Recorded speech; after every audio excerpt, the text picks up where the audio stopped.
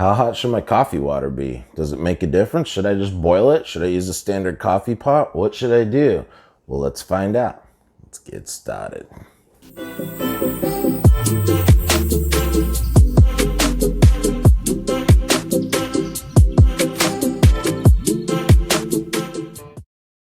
Today on Ted's Riverview Coffee, coffee temp and why the water matters.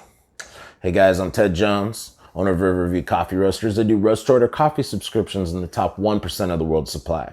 I roast them and ship them to you ultra fresh at the pace you like. I also teach you everything you need to know to get world-class coffee in the comfort of your own home. So if it's your first time on the channel and you'd like to see more, make sure to hit the subscribe button. Also hit the bell notifications button so you can always be notified when I put up a new post. All right, so today we're talking about the temperature your water should be to brew coffee, right? Standard coffee pots. The water doesn't get hot enough, frankly, especially if you're using a fresh roasted light coffee. Light roast, it's very dense. It needs really hot water. Standard coffee canisters use stale coffee. The reason why is if they put super fresh coffee in there, the gases would cause it to bulge up until it exploded. So they pre-stale the coffee. That's one way people are using the standard coffee pot. Another one is they're buying whole beans, but they're grinding the whole thing at once. Another stale option. Another one is they're getting really dark roasted coffee because their coffee pot water doesn't get hot enough. So they want to pull more flavor out. So they make up for it with getting something stronger. It's got more smoky, more toasty flavor in it. It's another way.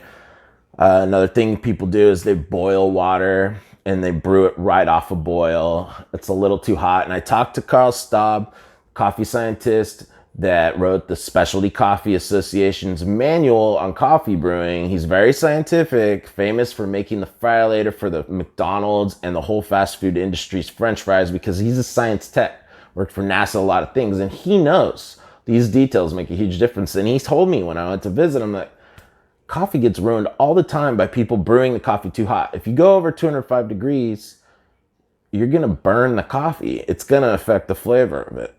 And he made some espresso for me that I'll say it was really, really tasty. Boiling is 212 degrees. That is when water turns into vapor, and that's why you see the steam.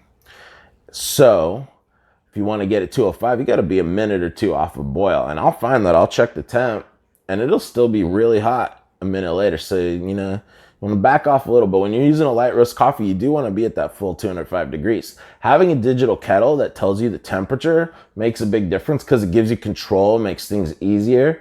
But you can do that where you just boil the coffee, you let it sit a minute to 2 minutes, then you brew, okay? And you can do some taste tests over time. What I love to do is I'll do some taste tests, and then after that, I know what makes a difference with what I'm doing because I did side-by-side comparisons. Without a side-by-side comparison, it's a little tough. You may just one day say, wow, this is amazing, and another day say this isn't so hot. So because I like consistency in the way things come out, I do the taste test. I do the details of every recipe, which I'm sure is pretty obvious based on the channel if you've seen my other videos. And if you haven't, go ahead and check those out. I show how to brew with some other brewing methods.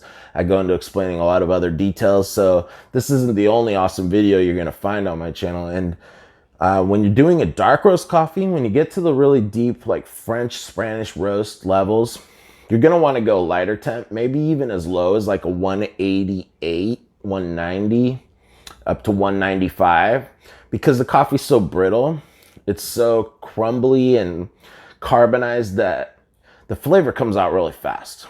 And with the hot temperature, it's almost going to pull out too much flavor too intensely. It's going to give undesirable flavors. If you brew too much, you get bitter, undesirable, harsh flavors. If you brew too little, you get sour, undeveloped, harsh flavors.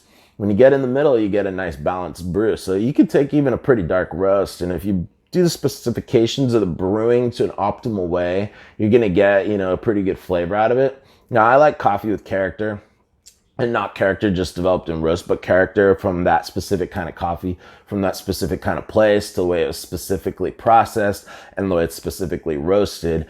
And I know I say this all the time, you're not going to get that from something super roasted. But if you're just looking for that toasty, smoky profile and you just want to taste that like black coffee, the black looking beans, the black looking brew, and that just traditional black coffee, you're gonna want to do a little lower temp.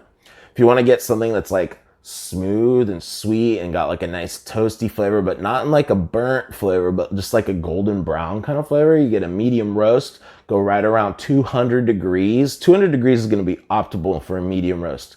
It's right in the middle of the brew temp range, right in the middle of the roast range. And it's going to be a combination of being a somewhat dense, but not so dense as a light roast, a little bit more give to it because of the longer cooking time. So basically, the longer the coffee roasts, the more brittle it gets. The longer it roasts, the lower temperature water it needs to pull out the flavor. The less it roasts, the more of its original character it had before roasting will be there. And since the coffee is a fruit, which I've talked about many times, if you didn't know, it's the pit of the fruit. It was anglicized as beans because in Ethiopia they call coffee buna, and people take buna and they say bean. At least that's one of the main stories you'll hear out there. And so we call them beans when they're not really beans. They're actually fruit pits. And so when you get that light roast, you're going to taste those fruited light roast, more floral flavors that you get from a tree that grows flowers and fruit on it. And when you go into that medium roast range, you're going to get more of those toasted flavors, almost like a toasted nut or like a chocolate that's doesn't have an incredible amount of cacao in it, more in the 50% semi-sweet to milk range, even a little less cacao, or it's not as much of the bittering agents in there. And a lot of people that just want something middle of the road, a medium roast is awesome because it's got some natural flavors, like some good nut and chocolate tones, but it's not got a burnt kind of tone to it. It's very clean, and it's going to be probably generally pretty sweet coffee because the sugars have been caramelized just like a brown sugar. And it's not going to have as much of those fruit characteristics depending on the coffee you're drinking because of the fact that it's roasted a little bit past that light stage. And that 200 degree water is going to pull the flavor out perfectly. So if industry standard would be 195 for a dark roast, 200 for a medium roast, and 205 degrees for a light roast. It's pretty simple, right? Makes a difference. You will notice over time. At first, you may say it all tastes the same to you, but as you get used to these things, let's say you get used to a light roast and you work on getting that dialed in and brewed just right, and you start getting used to those flavors, when you switch up, you're going to notice the difference. If you don't do any of the stuff right, it's going to be harder to notice the difference. Also, letting your coffee cool down after brewing. This is a good note about water temperature. Is when you brew the coffee really hot, right? It's pretty hot for your mouth, and a lot of people like really hot coffee, and I'll see certain people in my family that will microwave the coffee after it's brewed just because they want it super hot.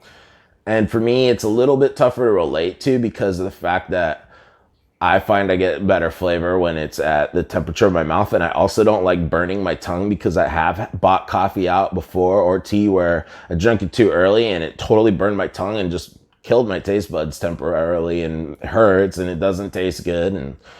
But I appreciate that they like it that way. And what I will say is that that's going to lend itself better to a darker roast, because I used this analogy in another video, but like bread, when it's pretty low grade bread and you just pulled it out of the oven, it's still going to taste pretty good because it's like hot baked stuff, right? But when it sits and gets cold, not going to be so good. Qualities are fleeting. Same with the coffee. And I went to a cafe. It's pretty awesome cafe. This is like maybe 5 years ago, but they were joking saying we don't have any Dunlops or Pirellis, or they were saying we don't have burnt tires here, because they're, maybe you'd call them elitists, but they did good coffee and it wasn't burnt. But if you want a burnt coffee, maybe brew it at a little lower temp, and you can heat it up more and drink it extra hot. Because when it cools down, it's really going to expose that kind of ashy flavor. For a light roast coffee, I would say it's the opposite. You're actually going to want to let the coffee cool down more, and it's going to open and bloom more like a flower and get more beautiful. When you first taste it, it'll taste a little sharp when it's really hot, and you won't taste the notes as much.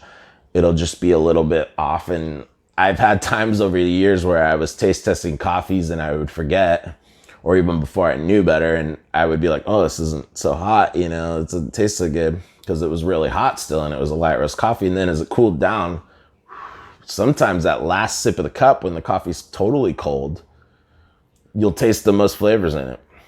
Really beautiful, really exposed coffee actually tastes amazing when it gets cold. I wouldn't leave it for hours, but leaving it long enough to cool down makes a difference. And there's some light roast coffees you could use instead of like an iced tea because it's got that kind of tan, golden brown color. You put it over ice and it's beautiful. And it actually helps to do a little bit more water to coffee ratio with the lighter ones. With the darker ones, it's almost better with a little bit more water or a little more coffee to water ratio. So you get those profiles you're going, the light, delicate one to the thick, rich one, right? So I hope this helped you today. Tell me what you do to heat your water, what temperatures you like with specific coffees. If it makes a difference for you, you could go on the website, look in the menu. You'll see on riverviewcoffeeroasters.com that there's a brewer in there, a couple brewers that get the water to optimal temp. There's a kettle you could check out to get the water to optimal temp. Like I said, you could always do the boiling and let it sit technique. You could get yourself a little thermometer from the store just to check the temperatures on the water so you have an idea what you're doing, and then you don't have to check it every day. You know what you're getting at by doing a certain formula. So I'm Ted, signing off. I'll see you on the next one. If you like this video, make sure to give it a thumbs up. Also subscribe if you're not subscribed, and I'll see you. Take it easy.